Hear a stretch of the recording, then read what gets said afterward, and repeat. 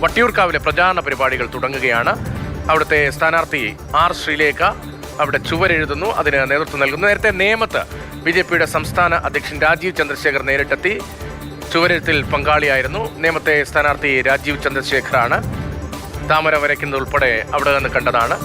പ്രധാനപ്പെട്ട നേതാക്കളുടെ വിജയസാധ്യത മണ്ഡലങ്ങൾ, ത്രികോണ മത്സരങ്ങൾ ശക്തമായി നടക്കാറുള്ള വിജയസാധ്യത ബി.ജെ.പിക്കുള്ള മണ്ഡലങ്ങളിലെ പ്രചാരണ പ്രവർത്തനങ്ങൾ നേരത്തെ തുടങ്ങുകയാണ്. അതിന്റെ ഭാഗമായി ആർ ശ്രീലേഖ വട്ടിയൂർക്കാവിൽ സ്ഥാനാർത്ഥിയാകുമെന്ന വിവരം കഴിഞ്ഞ ദിവസം സ്ഥിരീകരിക്കപ്പെട്ടിരുന്നു. അതിന് പിന്നാലെയാണ് ഇപ്പോൾ വട്ടിയൂർക്കാവിൽ ചുവരെഴുത്ത് തുടങ്ങാൻ പോകുന്നത്. കെ സുരേഷ് ഉൾപ്പെടെയുള്ളവർ,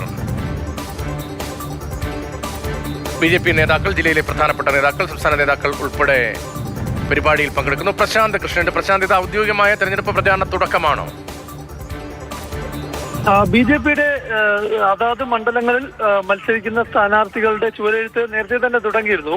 ആർ ശ്രീലേഖയാണ് വട്ടിയൂർക്കാവിൽ ബി.ജെ.പി പരിഗണിക്കുന്ന ഏക പേര് എന്നത് മാതൃഭൂമി ന്യൂസ് നേരത്തെ തന്നെ വാർത്ത നൽകിയിരുന്നതാണ്.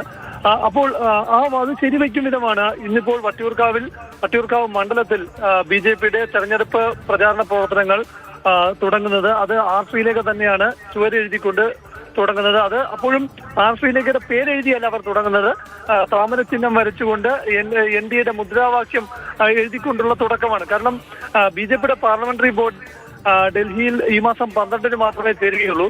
അതിനുശേഷം മാത്രമേ സംസ്ഥാന നേതൃത്വം അയച്ച 30-അംഗ പട്ടികയിൽ നിന്ന്, സാധ്യതാ പട്ടികയിൽ നിന്ന് അന്തിമ സ്ഥാനാർത്ഥി പട്ടിക കേന്ദ്ര നേതൃത്വം അംഗീകരിക്കൂ. അപ്പോൾ മാത്രമേ വട്ടിയൂർക്കാവ് അടക്കമുള്ള മണ്ഡലങ്ങളിൽ ഔദ്യോഗികമായും സ്ഥാനാർത്ഥി പ്രഖ്യാപനം ഉണ്ടാകൂ. അതുകൊണ്ട് തന്നെ ഇന്നിപ്പോൾ ആർ ശ്രീലേഖ അവിടെ പേരെഴുതുമ്പോൾ അവിടെ ആർ ശ്രീലേഖയുടെ പേരെഴുതില്ല, മറിച്ച് അവിടെ ചിഹ്നവും അതുപോലെ തന്നെ പാർട്ടിയുടെ മുദ്രാവാക്യവും എഴുതിക്കൊണ്ടുള്ള പ്രചാരണ തുടക്കമാണ്. എന്തായാലും നഗരസഭയിൽ ആരാകും മേയർ എന്ന കാര്യത്തിൽ അത് ആർ ശ്രീലേഖയാണ് എന്ന നിലയിലായിരുന്നു ഔദ്യോഗിക നേതൃത്വത്തിന്റെ നിലപാട്. പക്ഷേ പിന്നീട് വേഗത്തിൽ കുറച്ച് മണിക്കൂറിൽ കാര്യങ്ങൾ മാറിമറിയുകയായിരുന്നു. വി രാജേഷ് മേയർ പദവിയിലേക്ക് അവരോധിക്കപ്പെടുന്നു. കേന്ദ്ര നേതൃത്വം അക്കാര്യത്തിൽ തീർപ്പ് കൽപ്പിക്കുന്നു, തീരുമാനമെടുക്കുന്നു. ഇപ്പോൾ വട്ടിയൂർക്കാവിൽ അത്തരം സസ്പെൻസുകൾക്ക് ഇനി സാധ്യതയുണ്ട്. ഇന്നിപ്പോൾ ആർ ശ്രീലേഖയുടെ പേരെഴുതുന്നില്ല, തെരഞ്ഞെടുപ്പ് പ്രചാരണത്തിലുള്ള ചുവരുകളിൽ എഴുതുകയാണ്, മുദ്രാവാക്യം എഴുതുകയാണ് എന്ന് പറയുമ്പോൾ ഇനിയും എന്തെങ്കിലും മാറ്റങ്ങൾക്ക് സാധ്യതയുണ്ടോ? വട്ടിയൂർക്കാവിൽ ഇനിയും അത്തരം സസ്പെൻസുകൾക്ക് പാർട്ടി മുതിരില്ല എന്ന് തന്നെയാണ്. കാരണം തിരുവനന്തപുരം മേയർ സ്ഥാനത്തേക്ക് ആർ ശ്രീലേഖയെ പരിഗണിക്കുകയും പിന്നീട് അവസാന ദിവസം, അതായത് മേയർ സ്ഥാനാർത്ഥിയെ കണ്ടെത്തുന്ന പാർട്ടി തീരുമാനിക്കുന്ന ദിവസം അന്ന് മാറിമറിയൽ സംഭവിക്കുകയും ചെയ്തതിനാൽ തന്നെ ആർ ശ്രീലേഖ വലിയ അതിർത്തിയിലായിരുന്നു. പിന്നീട് പല ഘട്ടത്തിലും അവർ അത് പരസ്യമായി തന്നെ പറഞ്ഞു, തന്നെയാണ് മേയർ സ്ഥാനത്തേക്ക് പരിഗണിച്ചിരുന്നത് എന്ന കാര്യം തുറന്നു പറയുന്ന ഒരു സ്ഥിതിവിശേഷമുണ്ടായി. അത് ബി.ജെ.പി പോലൊരു കേഡർ പാർട്ടിയിൽ പതിവില്ലാത്ത ഒരു പ്രതികരണവുമായിരുന്നു. പക്ഷേ അതുകൊണ്ട് തന്നെ അന്ന് തന്നെ ഈ മേയർ സ്ഥാനത്ത് നിന്ന് ആർ ശ്രീലേഖയെ പരിഗണിക്കാതെ മാറ്റിയപ്പോൾ തന്നെ ആർ ശ്രീലേഖയെ ഉചിതമായ ഒരു സ്ഥാനം നൽകി, അല്ലെങ്കിൽ ഉചിതമായ ഒരു സ്ഥാനത്തേക്ക് പരിഗണിക്കും എന്ന തീരുമാനത്തിൽ തന്നെയായിരുന്നു പാർട്ടി കേന്ദ്ര നേതൃത്വവും സംസ്ഥാന നേതൃത്വവും.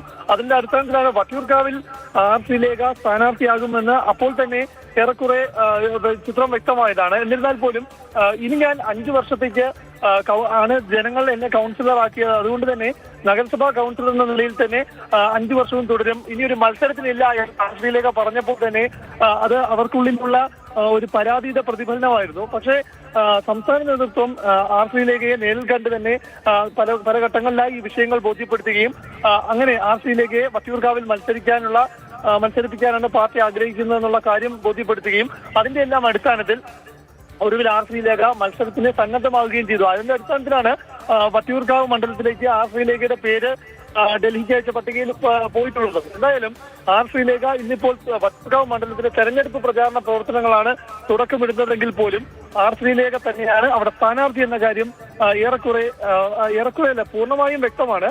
അത് ഔദ്യോഗികമായി എഴുതുന്നില്ല എന്നത് മാത്രമേ ഉള്ളൂ. കാരണം ഔപചാരികമായി കേന്ദ്ര നേതൃത്വത്തിന്റെ അന്തിമ സ്ഥാനാർത്ഥി പട്ടിക പുറത്തു വന്നാൽ മാത്രമേ അതിനൊരു ഔദ്യോഗിക അംഗീകാരം ഉണ്ടാകൂ. എന്തായാലും വട്ടിയൂർക്കാവിൽ നിലവിൽ sitting MLA V K Prashanth, R Sreelekha BJP സ്ഥാനാർത്ഥി, കോൺഗ്രസിന്റെ സ്ഥാനാർത്ഥിയായി നിലവിൽ ഏറ്റവും കൂടുതൽ പരിഗണിക്കപ്പെടുന്ന അല്ലെങ്കിൽ പറഞ്ഞു കേൾക്കുന്ന പേരും കെ മുരളീധരന്റെ പേരാണ്. അതിശക്തമായ ത്രികോണ മത്സരം. വി കെ പ്രശാന്തും ആർ ശ്രീലേഖയും വരുമ്പോൾ പതിവുള്ളതുപോലെ തന്നെ തീവാർന്ന ത്രികോണ പോരാട്ടമായിരിക്കില്ലേ? പ്രവചിക്കാൻ കഴിയാത്ത തരത്തിലൊരു മത്സരത്തിലേക്ക് മാറാനുള്ള രാഷ്ട്രീയ ചർച്ചകളും സാഹചര്യവും ചൂടുമേറുന്നുണ്ടോ വട്ടിയൂർക്കാവിൽ?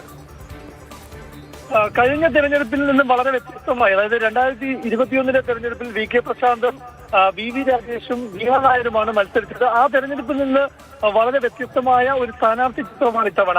അതിശക്തമായ ത്രികോണ മത്സരം തന്നെ ഉണ്ടാകുന്നു. കാരണം 2016 അന്ന് മത്സരമുണ്ടാ 2016 പോലെ തന്നെ നല്ല ശക്തമായ മത്സരം, അതിനും ഒരുപടി ഉയർന്ന മത്സരം എന്ന് ഇത്തവണ പറയേണ്ടി വരും. കാരണം മൂന്ന് പേരും ഇഞ്ചോടിഞ്ച് മത്സരത്തിന് ശക്തിയുള്ളവരാണ്. VK പ്രശാന്ത് 2019 ഉപതെരഞ്ഞെടുപ്പിലൂടെ വട്ടിയൂർക്കാവിൽ MLA ആയി. അതിനുശേഷം 2021 തെരഞ്ഞെടുപ്പിൽ MLA ആയി. അതിനുശേഷം വീണ്ടും മൂന്നാം അംഗത്തിന് കുറിക്കുമ്പോൾ VK പ്രശാന്ത് വട്ടിയൂർക്കാവിൽ ശക്തമായ സാന്നിധ്യം ഉറപ്പിച്ചിരിക്കുന്നു. അതേസമയം തന്നെ കെ മുരളീധരൻ മുൻ MLA ആണ്. മുരളീധരൻ കൂടി വരുന്ന സാഹചര്യത്തിൽ ശക്തമായൊരു മത്സരം വട്ടിയൂർക്കാവിൽ ഉണ്ടാകും.